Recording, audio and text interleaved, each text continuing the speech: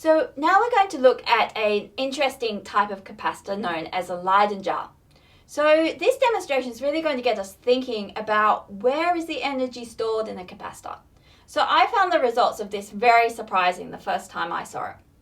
So the Leyden jar was actually the first capacitor. So it was invented independently around 1745 by the German cleric Edward von Kleist and the Dutch scientist Peter von Mussenbroek of Leyden. So it's named after the city where Mussenbroek conducted his experiments. So the Leyden jar was invaluable to people studying electricity at the time, as it was a way of storing charge which they could then use to conduct their experiments. So originally it was made from a glass jar and tin foil. So it had tin foil around the outside and then the glass jar and then tin foil on the inside as well.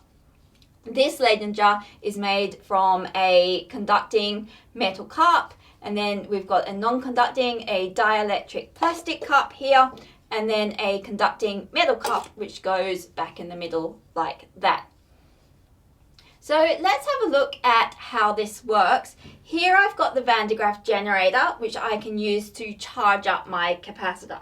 So what I'll do is I'll put the negative terminal on the inside, the positive terminal on the outside and charge it up.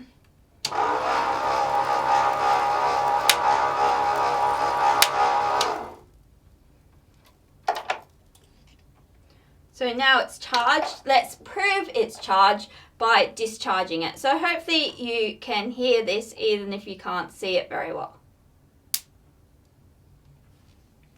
Okay, so doing that charges it up. So let's charge it up again.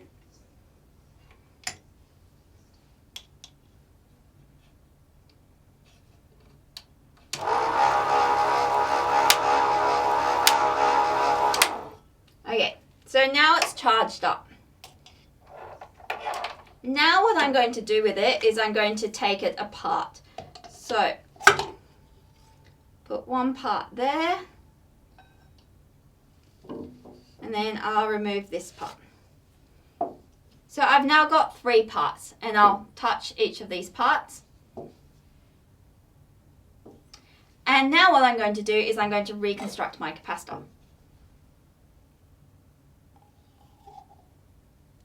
Now what I want you to do is predict what's going to happen when I use these bores and this metal prod to once again connect the outside metal to the inside metal. So make your prediction now.